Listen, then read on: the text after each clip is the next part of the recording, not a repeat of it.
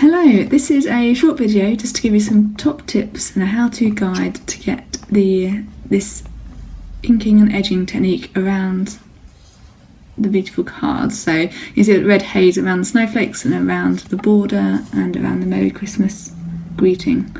It really gives the cards an extra sort of depth to them. So let me show you how to do it. So in the beginners kits, that technique is already done for you on all the kits on all the pieces that are inside the kit, and you can stick them together. But in the advanced kits, you will receive a ink pad. So this is, each one has the right colour that corresponds with the design that you've chosen, and it would be a clean sponge dabber, which is a useful tool to add the ink gradually without getting big ink splodges. So these are the pieces. So this is the background panel. So you have these will be pre-stamped in the kit, and each one is cut to the exact size that you need. So that one's ready to go. The snowflakes in the advanced kit, they come in stamped onto a sheet, so you need to cut them out first, but I've already done that here, so I'm ready to just show you the inking side. So once you've done that, you'll be ready to go. And what we have here, I've actually got the big version of the ink pad, seeing that I'm going to be doing a lot of stamping with this.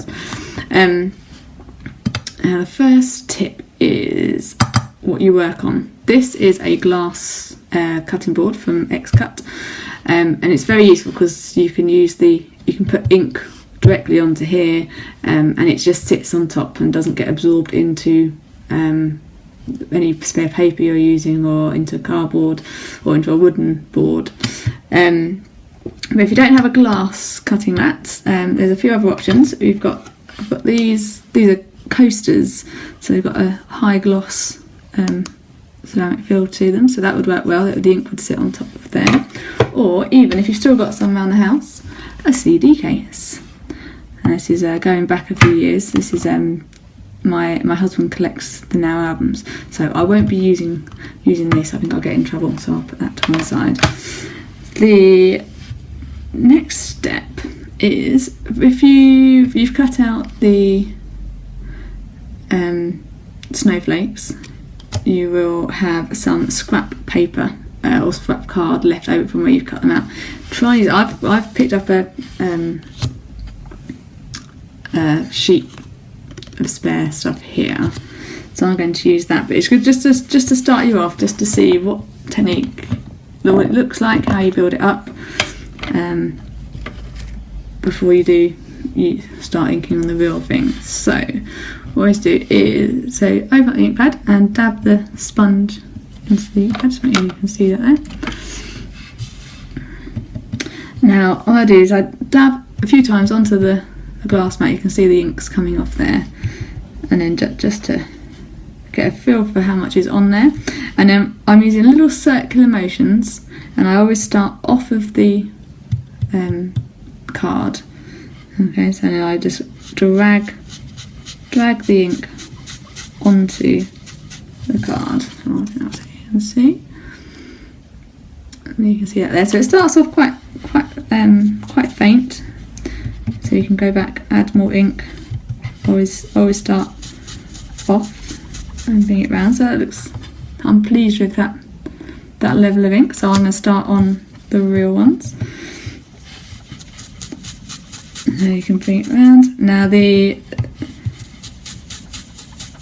best advice is that you can start off slow, you can always build it up. You can't take it away again. If you want more, build it up gradually. If you have one side and you get suddenly one side looks darker than the other, you can always go back and even it up on the other sides, and you can cover up many mistakes like that, just by changing the design slightly. Okay, so that pleased with that one. So that's the back border done. Now the snowflakes, so start with the biggest because they're the easiest. So just keep a finger in the middle and just gradually turn it round. Just be careful when the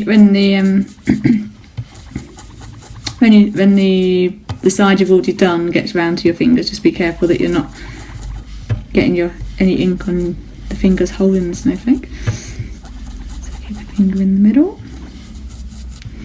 Wonderful, that looks good. Really transforms each piece. So carry on the same with the green ones. And they're going to like that, so that the red ink comes off and there's a slightly different colour on the green, but it's still a lovely effect. And then the heart, that's the tricky one. So choose a delicate finger on that one, and it doesn't need much, you just sort of buffer up to each edge of it.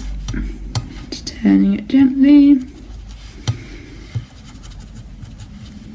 Hey, beautiful.